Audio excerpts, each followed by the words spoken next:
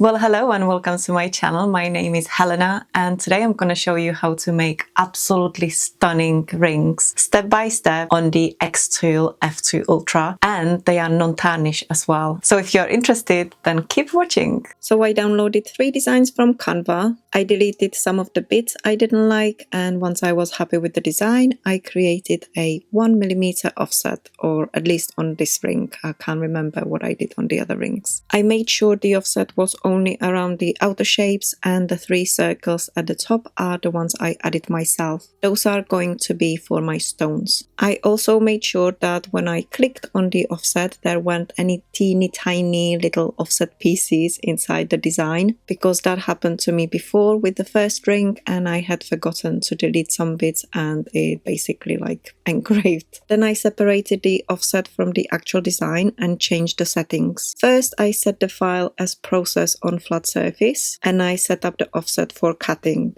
I did that for all the rings that I was cutting. I will share the exact settings when I'm cutting them on the machine, so don't worry. Once I did that for all my rings, I just deselected the output on the offset and entered my settings for the actual engraving or embossing.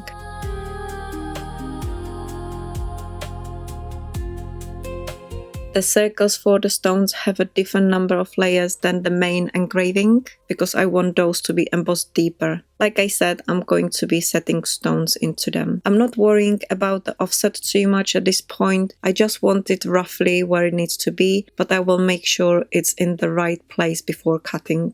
At this point, the output is turned off on the offset because I'm not cutting them yet.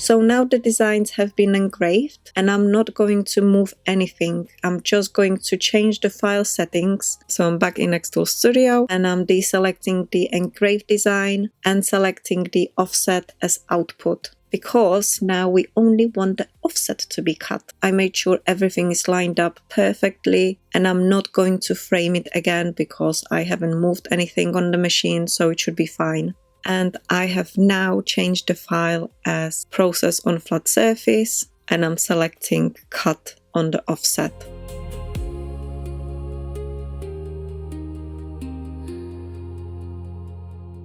And then I was ready to cut both offsets. But the machine came up with this message, which is not the first time that it came up with, but I was surprised because I thought I had enough space on my computer. But it's possible that it needs even more space.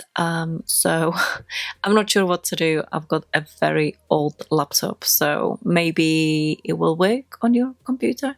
But anyways, I just had to do it in 2 goes. So I went back and deselected output on one of the offsets and only cut one, and then did the same for the other one, and I just cut them one by one. So basically when you have like an intricate design for cutting, it might come up with this message or it might not. I don't know. Depends probably on your computer and the space you have on your computer. But every time I received this message, it was always to do with cutting, like a lot of cutting. So yeah.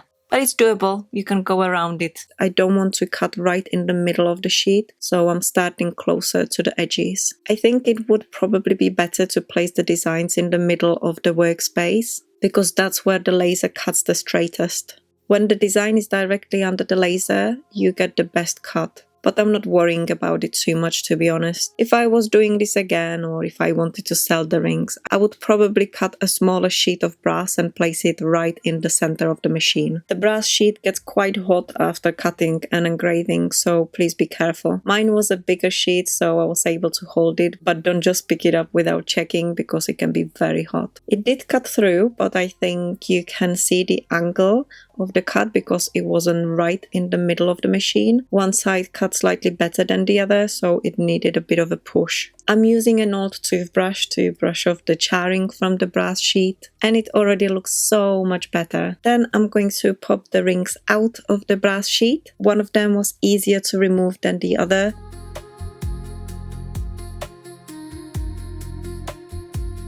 I had to cut the side of the sheet a little bit, and honestly that was probably not the best idea because I managed to break my metal cutting shears. I also wasn't wearing safety glasses, so I'm very lucky nothing flew into my eye. Please wear safety glasses if you are doing this. Then I used my brass brush on the edges. I think this is one of my favorite things to do because it gets into the teeny tiny places that are hard to clean with sandpaper. It doesn't make it perfectly shiny, but it does a really good job. I don't use the brass brush on the engraved flat surface though, because it can polish away the dark engraved areas. The toothbrush is fine, but the brass brush is metal against metal, so it can make the black engraving lighter and shinier. Then I used my E-Flex rubber polishing attachments with my Dremel. I polished the flat surface of the ring on each side, starting with a coarser attachment and moving towards the smoother ones until I got a high shine. I really like using these on engraved pieces because they polish the surface without going too much into the grooves.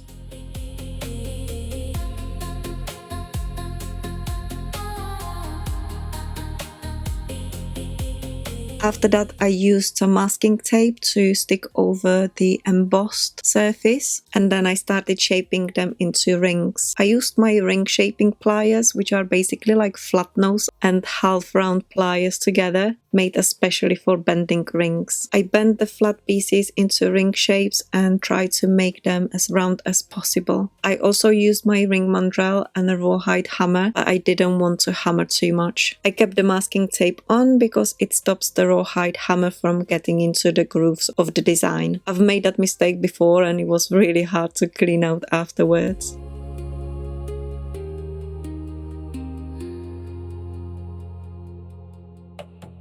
If you accidentally over-polish any of the black engraving, you can apply a little bit of brass black. I did that with one of the rings where the polishing attachment removes some of the dark color from the groove. You just leave it on for a little bit, wash it with water, and then polish it again carefully. After shaping the rings, I used the other polishing attachments, the red and the green one, to polish them into high shine. I also polished the inside of the rings. Then I washed them gently with water and soap. Again, I didn't want to rub it too much because I didn't want to remove any of the black from the engraving. I dried them lightly with a tissue paper and left them to dry overnight because they needed to be completely dry with no water left at all. The next day, I used masking tape to remove any fluff from the surface. Then I stuck the rings on a piece of masking tape and used a clean nylon brush to apply a layer of Protector Clear to the inside of the rings.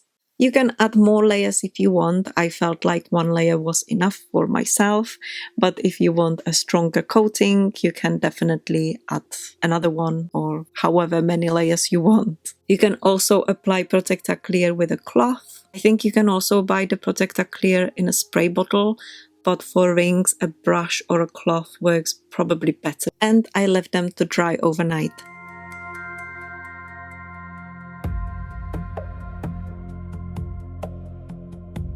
The next day I placed the rings onto my wooden ring mandrel and again used masking tape to remove any fluff. I cut off a small piece of lint-free cloth. I can't remember if it came with my wood stain or with the Protector Clear, but it doesn't leave any fluff behind. If I cut a small piece of cloth, I like to seal the edges with a lighter so nothing comes off the sides. Then I make sure not to use the edges to apply the product. I applied a thin layer of Protector Clear to the front of the rings, including the engraved areas, because it protects them and helps them stay dark. You can apply as many layers as you want, but make sure each layer is completely dry first. If you apply a very thin layer, you might be able to apply another one after a few hours. You can also apply it to the edges if you want. I don't really mind the edges not being protected, so I'm leaving them as they are.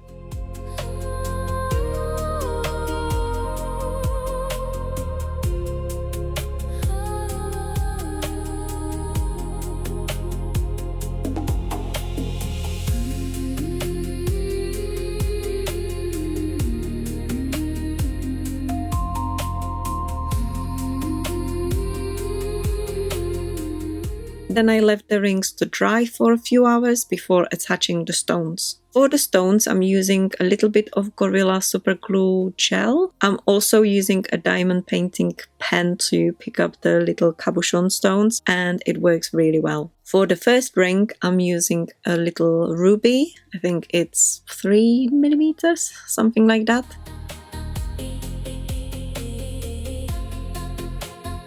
For the second ring, I'm using an Amazonite cabochon, and that's a 4 millimeter one.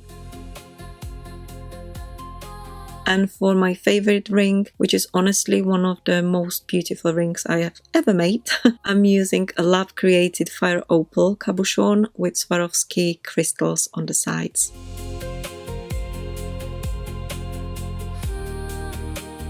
And I don't know about you, but I absolutely freaking love these rings. I think they are so beautiful. They look like something from medieval times.